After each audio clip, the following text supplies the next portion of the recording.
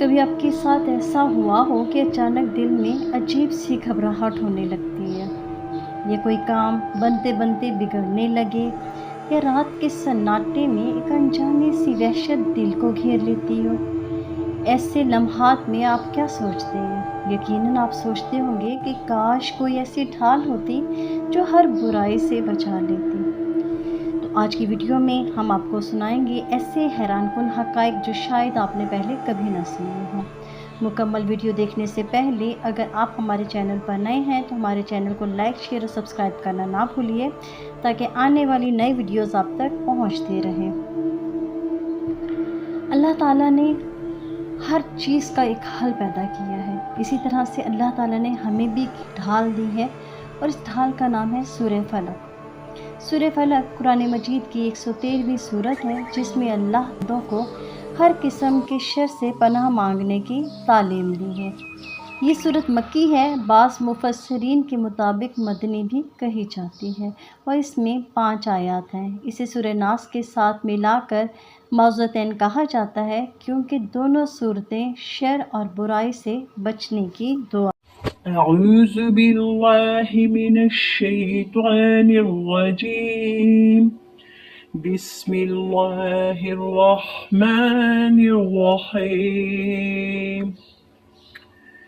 قل اعوذ برب الفلق۔ میں پناہ مانگتی ہوں شیطان مردود کے شر سے، اور شروع کرتی ہوں اللہ کے پاک نام سے جو بڑا مہربان نہایت رحم والا ہے۔ کہہ دیجئے کہ میں پناہ لیتی ہوں صبح کے رب کی۔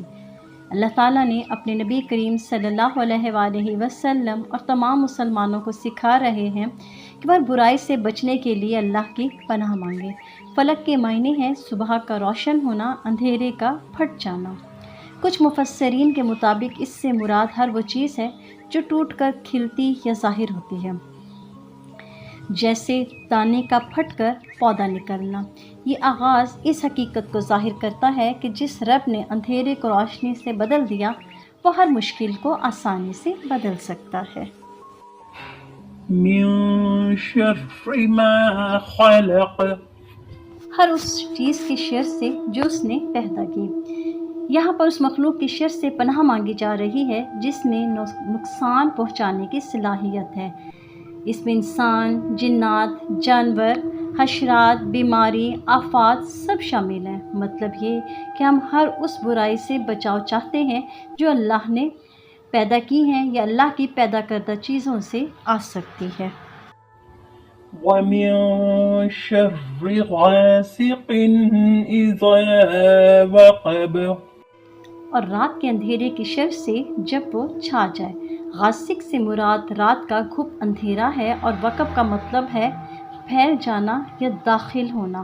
رات کے اندھیرے میں چور، زہریلے جانور اور شیطانی طاقتیں زیادہ سرگرم ہوتی ہیں۔ اسی لیے اس آیت میں خاص طور پر رات کے شر سے پناہ مانگی گئی ہے، تاکہ رات کے شر میں ان تمام آفات سے بچا جا سکے۔ ومن شر النفاثات في العقد، اور گروہوں میں پھونکے مارنے والی جادوگر عورتوں کے شر سے۔ اس سے مراد وہ جادوگر عورتیں ہیں جو رسی میں گرہ لگا کر ان پر پھونک مارتی ہیں تاکہ جادو اثر کرے۔ زمانہ جاہلیت میں یہ عام تھا۔ اس آیت میں جادو، ٹونا اور ہر قسم کے باطنی شر سے پناہ مانگنے کی ہدایت ہے، تاکہ یہ جو عورتیں جادو کرتی ہیں ان سے بچا جا سکے۔ ومن شر حاسد اذا حسد، اور حسد کرنے والے کی شر سے جب وہ حسد کرنے لگے۔ یقیناً حسد ایک خطرناک روحانی بیماری ہے۔ حسد چاہتا ہے کہ دوسروں کی نعمت ختم ہو جائے، اور اس آیت میں حسد کرنے والے کی شر سے پناہ مانگی جاتی ہے، خاص طور پر جب اپنے حسد کو عملی اقدام میں بدل دے۔ حاسد کو دوسروں کی خوشی برداشت نہیں ہوتی۔ یہ آیت ہمیں یاد دلاتی ہے کہ ہم ہر اس شخص کی شرارت سے بچاؤ مانگیں جو ہمارے لیے دل میں بغض رکھتا ہے۔ اللہ تعالیٰ ہی ہر شر سے بچانے والا ہے۔ صبح کے وقت اللہ کی پناہ میں آنا زندگی کو نور اور حفاظت دیتا ہے۔